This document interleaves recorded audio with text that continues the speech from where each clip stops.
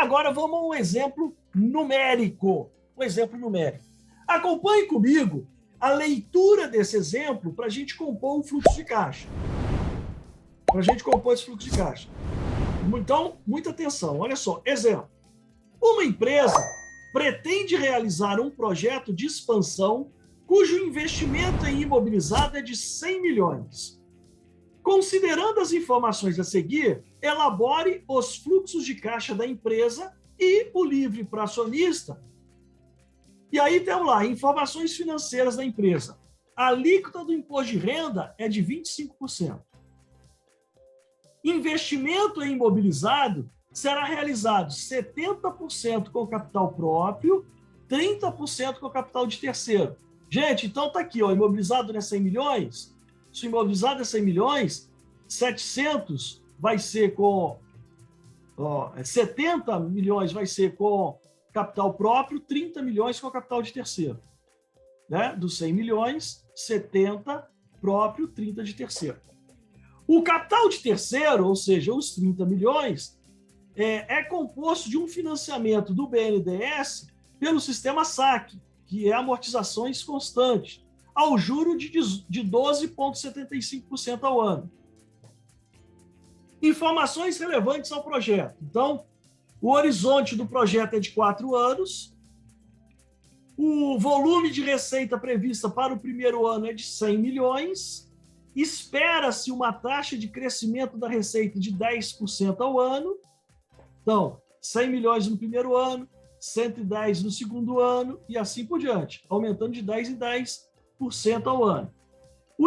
Os impostos sobre a receita de 10%, os custos dos produtos vendidos de 20% da receita, as despesas administrativas são estimadas em 5 milhões por ano, devendo permanecer fixa durante todo o projeto. Então, isso aqui é uma despesa fixa de 5 milhões de despesa administrativa, ano após ano. Despesa comercial. A despesa comercial está estimada em 4% da receita e as despesas gerais em 2 milhões também fixas dos 4 anos.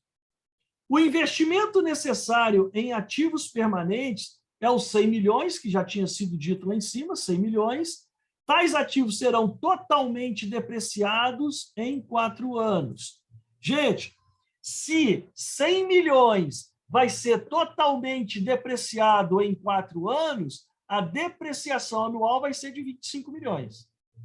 Não é isso? De 25 milhões. Beleza. Aí está lá. Os ativos permanentes serão revendidos ao final do projeto por um valor estimado de 30 milhões. E, para o projeto, haverá um investimento de capital de giro de 25 milhões. Então, necessidade líquida de capital de giro, 25 milhões. Junto com a compra dos ativos. Então, nós vamos investir 100 milhões em ativos, compra dos equipamentos, mais 25 milhões de capital de giro.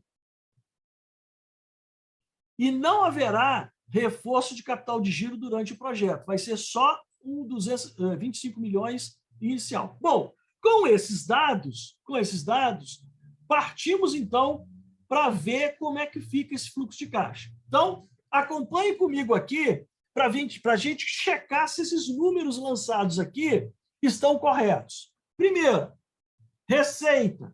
De acordo com o enunciado, diz que a receita vai ter uma previsão de crescimento de 10%. Então, 100 milhões no primeiro ano, 110, 121, 133.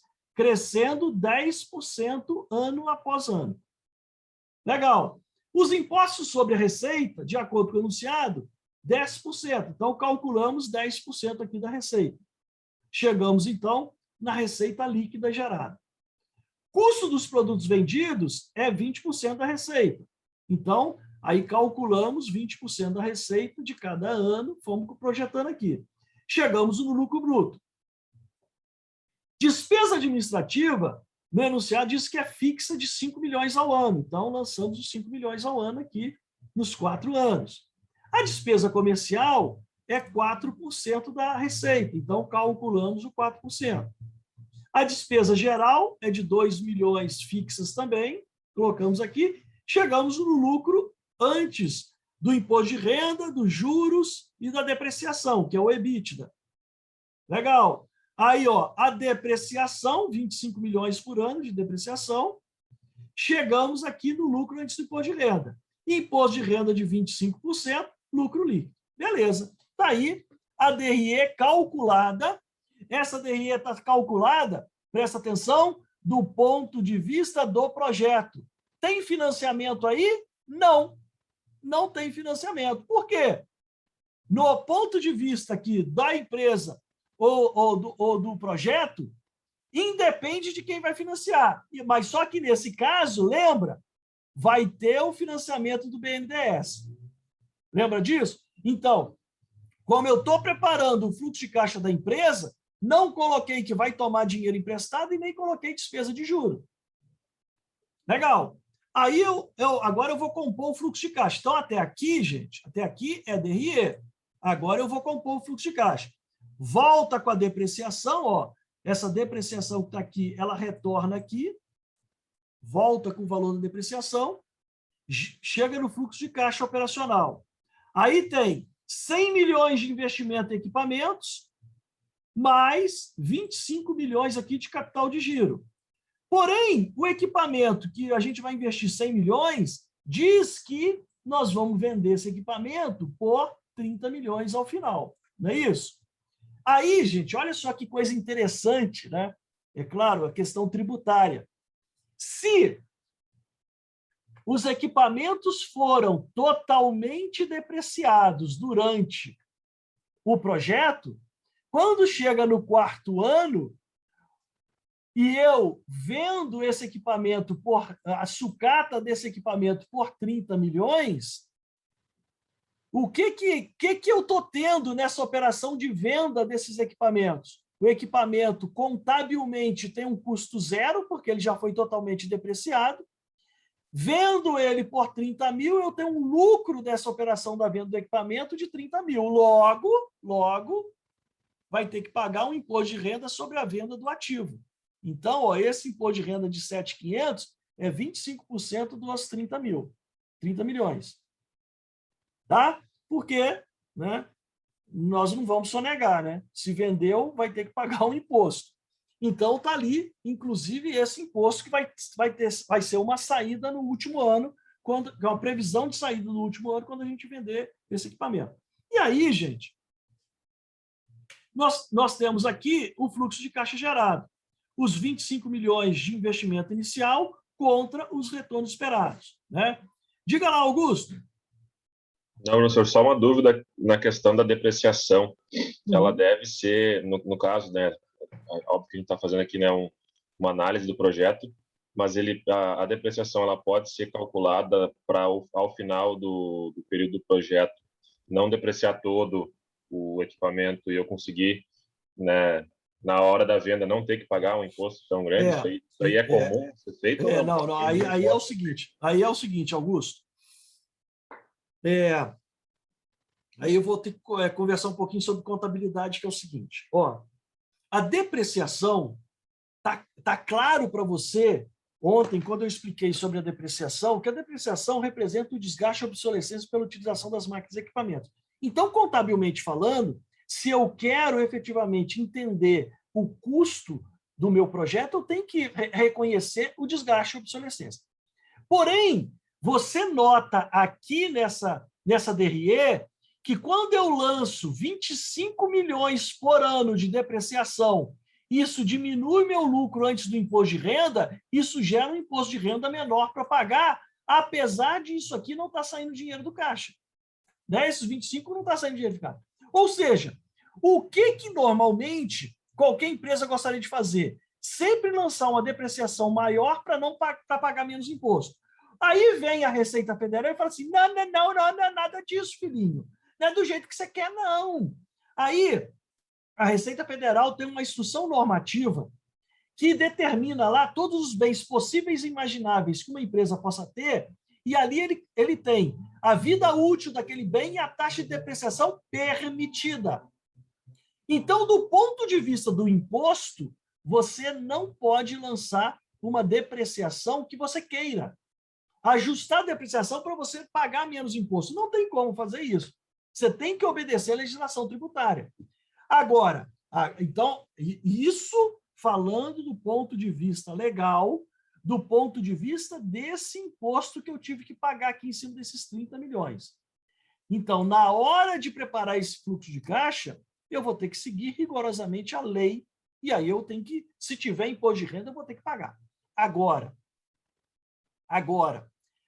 a tomada de decisão gerencial,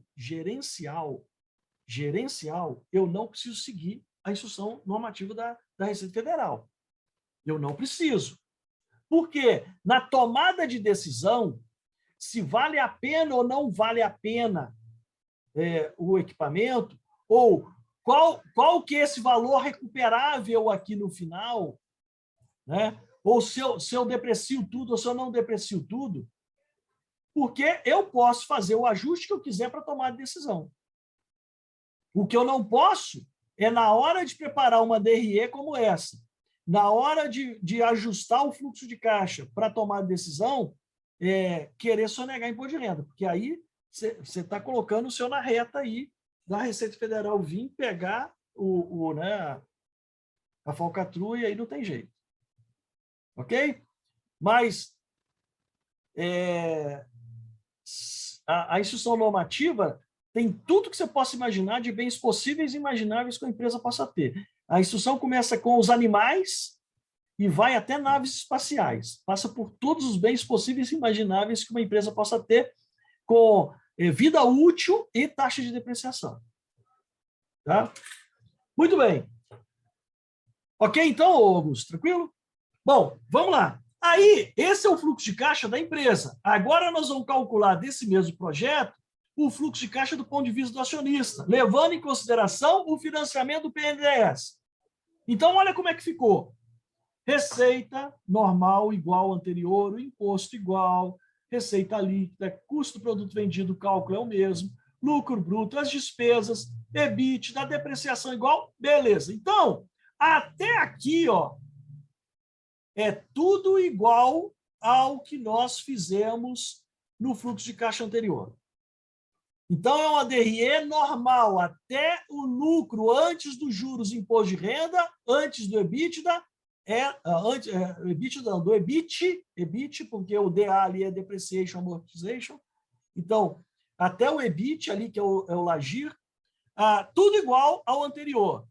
Aí entra aqui a despesa financeira do financiamento do BNDES, chegamos no lucro antes do imposto de renda, que é menor do que o lucro da DRE anterior, porque aqui eu tive a despesa financeira. Calcula os 25% do imposto de renda, chegamos, então, no lucro líquido. Aí, volta a depreciação, os 25 milhões de depreciação volta, chegamos no fluxo de caixa gerado. Agora vem a questão do ajuste. A amortização. Como a captação dos 30 milhões do BNDES é amortizada pelo saque, né? Amortizações constantes, então, se você somar aqui 7.500 com 7.500 com 7.500 com 7.500, vai dar os 30 milhões que você tomou do BNDES. Amortizou o principal, né? E os juros? Os juros está aqui em cima, ó. A despesa financeira aqui em cima, né? A despesa financeira aqui em cima. Então, aqui a amortização do principal e a amortização dos juros está em cima. Aí tem investimento ou desmobilização de equipamentos. Note, não é 100 milhões que vai investir, não é 100 milhões. Por que só está 70 milhões aqui? Porque 30 milhões da compra do equipamento é dinheiro do BNDES. E aqui eu estou calculando o fluxo de caixa do ponto de vista do acionista. Eu quero ver só quanto de recurso o acionista colocou no projeto em relação ao que ele vai gerar de retorno. O capital de giro, a saída do capital de giro, aqui o retorno dos 30 milhões e o imposto de renda, igual no fluxo de caixa anterior. Então, note, nesse fluxo de caixa do ponto de vista do acionista, nós temos aqui só o investimento do acionista, então os 30 milhões do BNDES não estão aqui, porque ele já foi quitado aqui, tanto o principal quanto os juros, já foi quitado, e o retorno gerado. Ok? Então, você viu agora, com números, um exemplo aonde a gente montou o fluxo de caixa do ponto de vista do projeto, onde você não leva em consideração quem vai financiar, e depois do ponto de vista do acionista, aonde você leva em consideração o financiamento de terceiro e compara os retornos só com o risco do sócio. Até aí, ok? Beleza? Muito bem.